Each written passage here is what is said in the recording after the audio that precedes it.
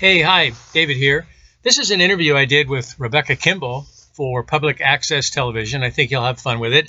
It talks about my new book that's going to be finished in a few months. It also talks about my existing book, Manana Doesn't Mean Tomorrow. The interview actually deals with a piece I wrote for the Mazatlan Messenger about being drawn to the ocean. I think you'll enjoy it. We go over a couple of aspects of what I wrote. Of course, the actual column has got a lot more going on, and you can go to the Mazatlan Messenger and find that and read the whole column if you want to. Enjoy. Hi, Dave. Hi, Rebecca. I'm glad to have you back. Thank you. I'm glad to be back. Dave, you are a writer. You've written one book, you're working on a second book, you write a lot of articles, and you also have a site on the internet where people can read your articles. Tell us a little bit about that so that our audience knows just who you are. Yeah, I wrote my first book, Manana Doesn't Mean Tomorrow, and that's available at Amazon, and you can Google that and it shows up on Amazon. And I write pieces for the Mazatlan Messenger. It's an online newspaper that's published, and it's all about Mazatlan news, Mexico news, and world news.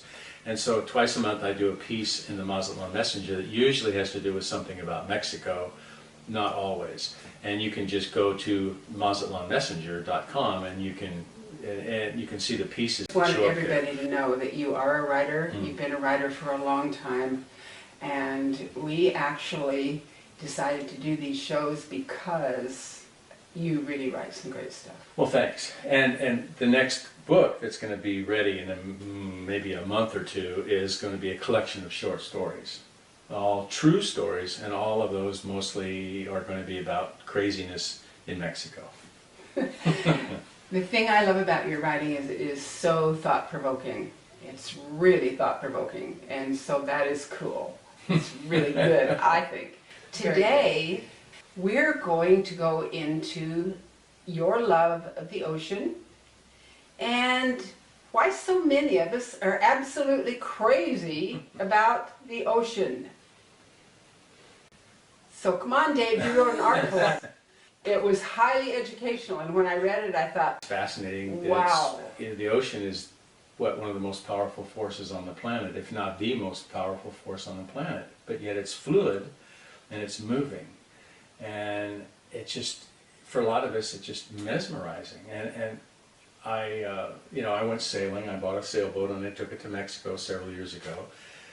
But before that, I used to go to the coast all the time. I lived an hour from the coast, and we used to cut school and drive to the coast, and spend the day, just hanging out and being near the water.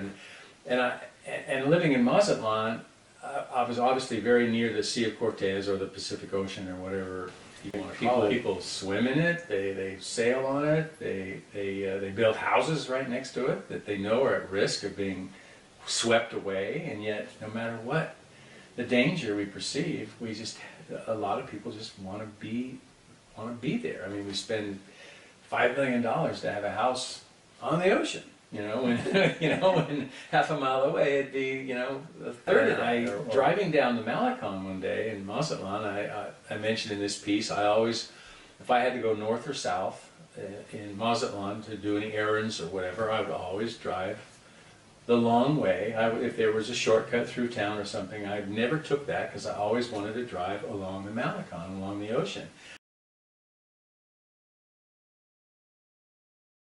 It's just fabulous, the waves are breaking, the salt and the iodine air is coming over your face and the windshield and in the car if there's no top on it, which I didn't have.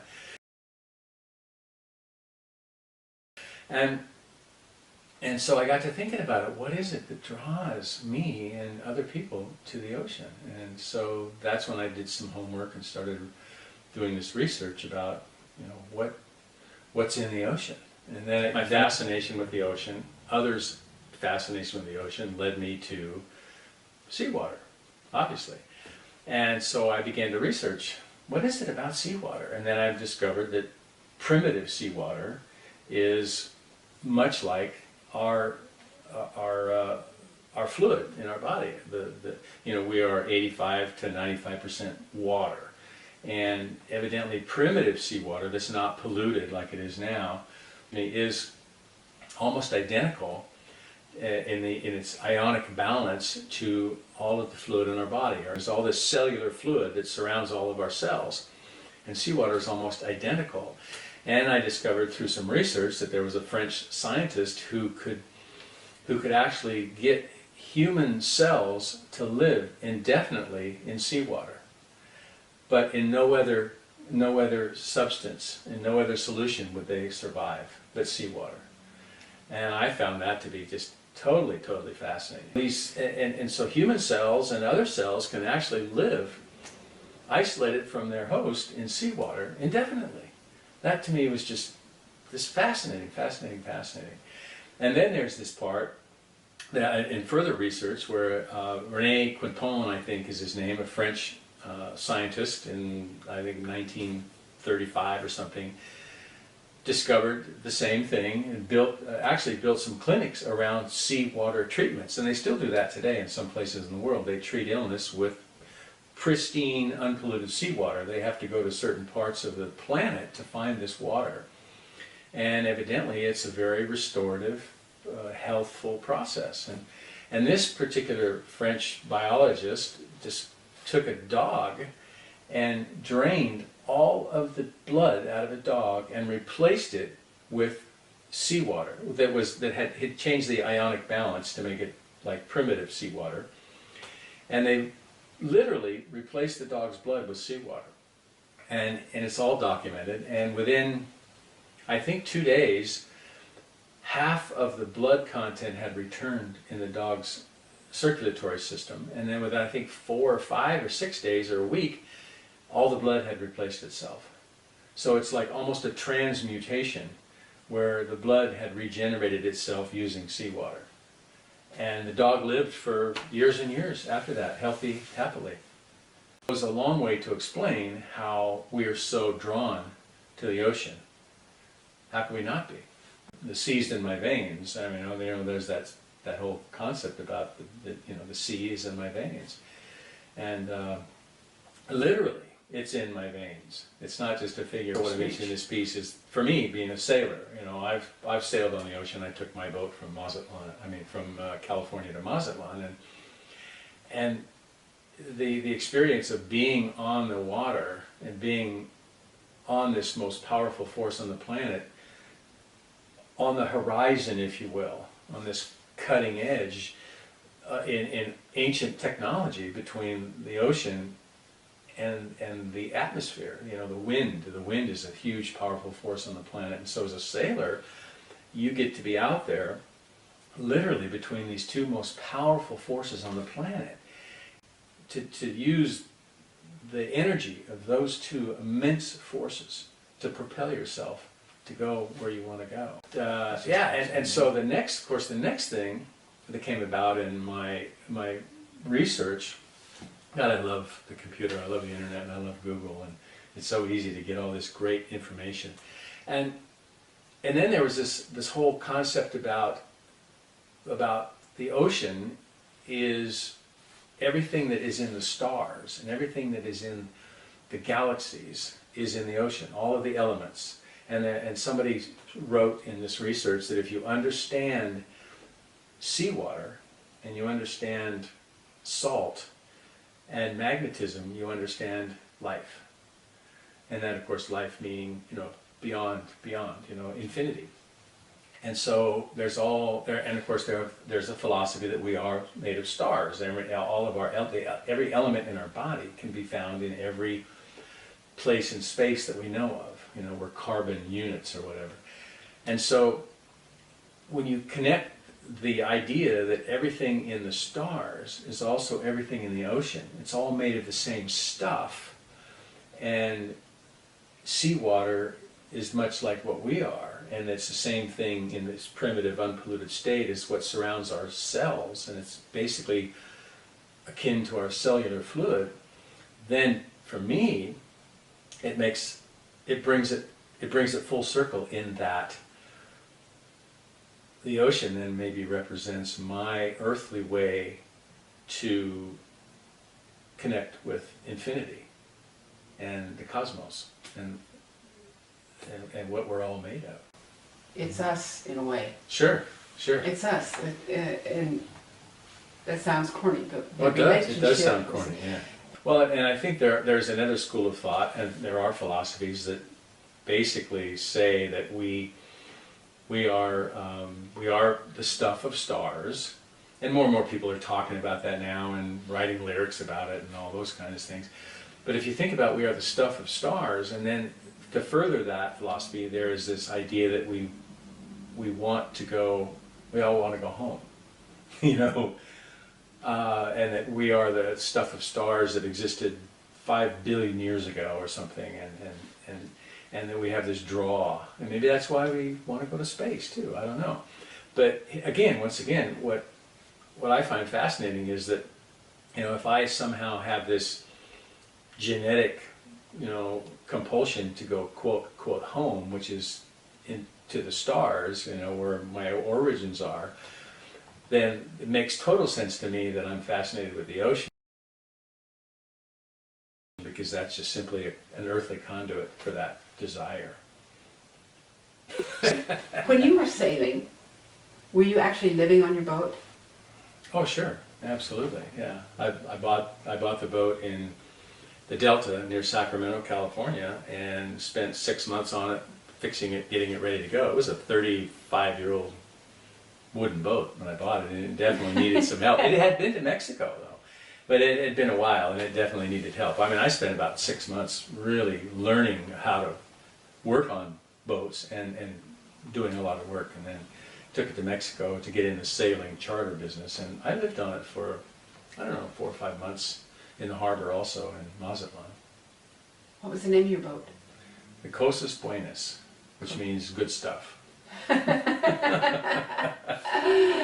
bet it was good stuff after all the work you put into it. It was great, it was fun, and it was a great, and you know, boats are, I think, I mean, this was a wooden boat, glass over wood, so it wasn't a Tupperware plastic boat. I mean, I like fiberglass, but you know, it's kind of it's almost like a living, breathing thing. I mean, you know, wooden boats are, you know, really interesting. They move, and they're all different. But it was a great experience, absolutely. And I thought I was going to die out there a few times, and made some stupid decisions and got in trouble on the ocean, and but I'm here and I made it. You know, and so it's all good. And the ocean is still my friend.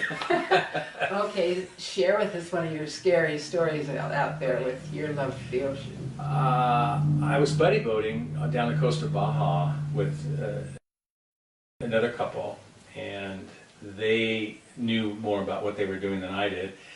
And I, instead of cutting into a 45-degree angle, heading back into the coast of Baja, into Turtle Bay where we were headed, I should have cut southeast into this bay, and I didn't do that. I was just all excited, had a beautiful day of sailing, it was fabulous weather, and I was just enthralled. And so I waited too long to cut into the bay, to cut left or port, you know, or east, going down the coast of Baja, California.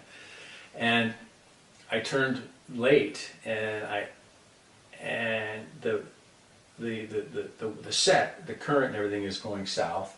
The waves are all going south. The wind is all going south. And so instead of me catching it and just having it help me right under the coast, I turned, and everything was broadsiding the boat. Oh. So I was in a beam to the sea position, which is not a good thing to do. And it was getting dark, and I had a little bit of time to get to the coast to follow this boat into the bay. And they had a modern boat with radar and all this fancy stuff, and my boat didn't have a lot of that, and so it was kind of sailing by the seat of my pants. And so I spent about 3 hours beamed to the sea, and with these big boarding seas pounding the boat.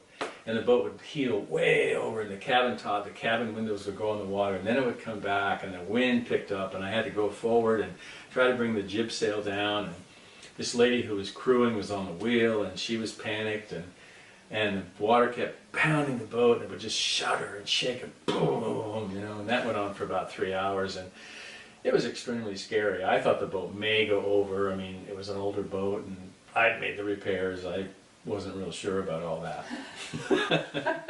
And then finally, just as it got dark, we got into the entrance to the bay, and I was able to follow this fellow in. I was able to follow his masthead lights through this totally blackness into this bay with rocks sticking up and all these kind of things, you know. So it was it was stupid. I mean, that was the first time I'd been offshore, and I did some So I stupid bet your things. crewmate didn't go out with you anymore, huh? Or did she? No, she was never the same.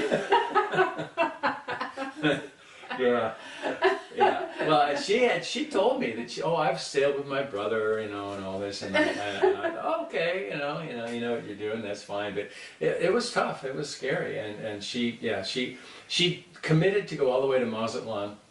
We had to stop and repair the boat in Cabo San Lucas, and I had to do the repairs because the other guys were the Mexican guys and the gringo, you know, busy, and it took a week there, and she hung out at the Hacienda Hotel by the pool for a week, and I worked on the boat, and she lasted about another 5 days in Mazatlan and just said, I'm out of here. But She just wasn't as addicted to adventure as no. you. And I can't blame her. I mean, hey, it was a scary, scary time. So the ocean. I mean, I just keep coming back to the ocean, and I think to myself, what people go to the ocean. I mean, and think about other things. I mean, we know the ocean is dangerous, yet we go there and we swim in it, and you know, sneaker waves take people into oblivion, and we know that, but we still go out there. Right. And we build houses next to it, and we sail on it, and we scuba dive in it, and we know it's dangerous, Right. and it can kill us. Now, anything else that we knew that was that dangerous, we would stay away from it, wouldn't we? I mean, it's like, gee, I know that I know that lions and tigers are dangerous, so I'm not going to go like hang out with them all the time, you know, just because I want to. I mean, we know about certain things that are dangerous, and we stay away from them. And we know the ocean is really dangerous, but we keep going back to it. Is that crazy or what? It's a great magnet. Yeah. So that's like I said, that's what got me thinking about it. Why do we keep going back when we know it's dangerous? Because our blood Yeah. is the ocean. Yeah.